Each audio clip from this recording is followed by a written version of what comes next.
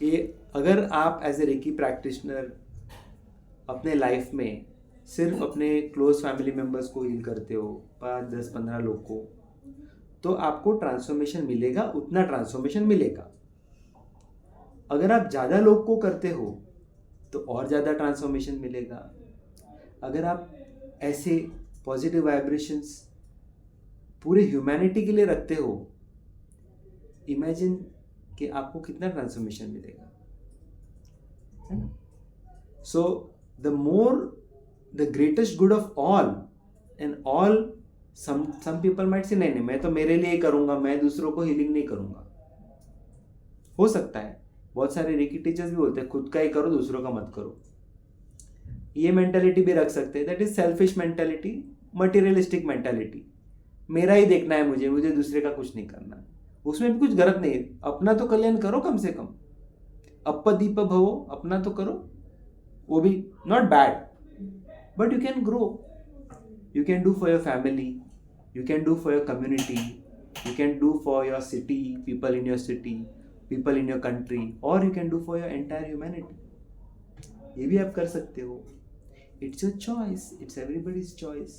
But ये जो exercise है specifically, in this you get the opportunity and it is a possibility what can happen to you as a result of doing this.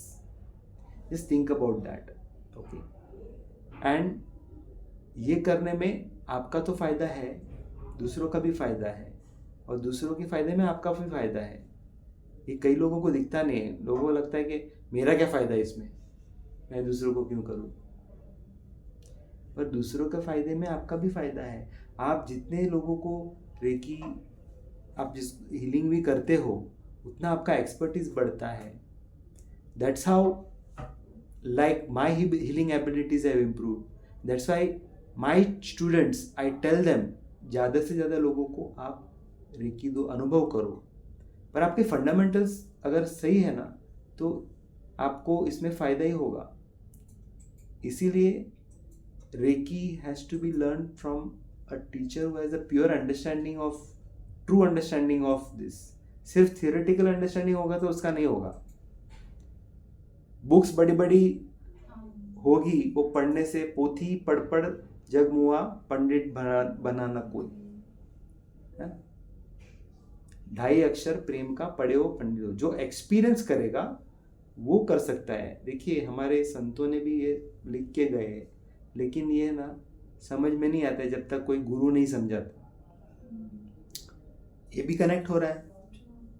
So this is what you have to do, and do this exercise and just 10 minutes, and you see how you grow spiritually. Your spiritual growth will be exponential from now on.